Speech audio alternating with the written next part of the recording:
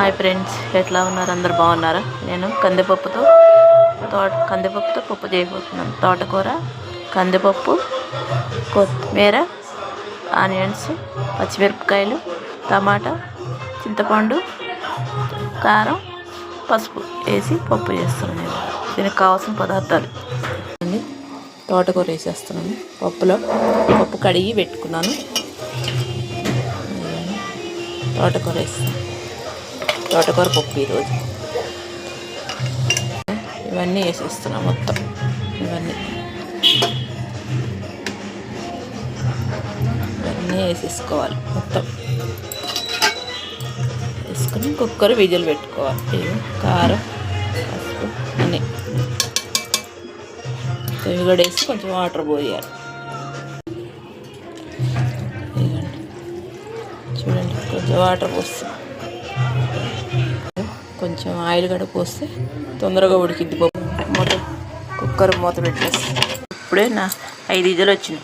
పప్పు మెదుపుతున్నాను. చూడండి, 5 విజిల్ వచ్చింది. ఇప్పుడే సాల్ట్ కూడా వేసి మెదపాలి బాగా.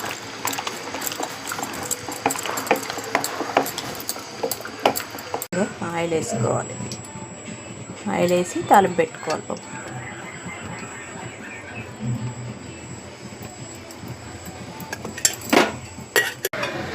పోపు సామాన్లు అన్నీ వేసుకోవాలి.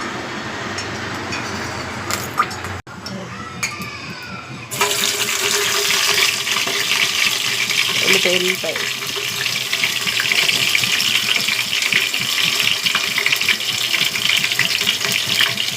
మిరపకాయ,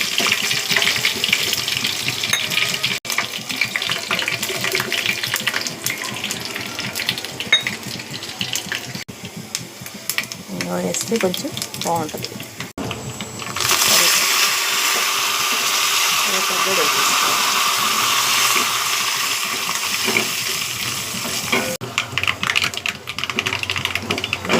వేగినాక తాలింపు పెట్టుకుంటే అయిపోయింది ఫ్రెండ్స్. తాలింపు పెట్టుకుంది అయిపోయింది. తాలింపు పెట్టేస్తాను.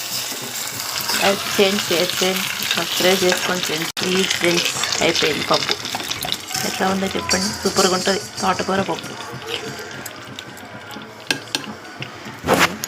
మంచి పొడవు పల్లీలు, బెండకాయ ఫ్రై.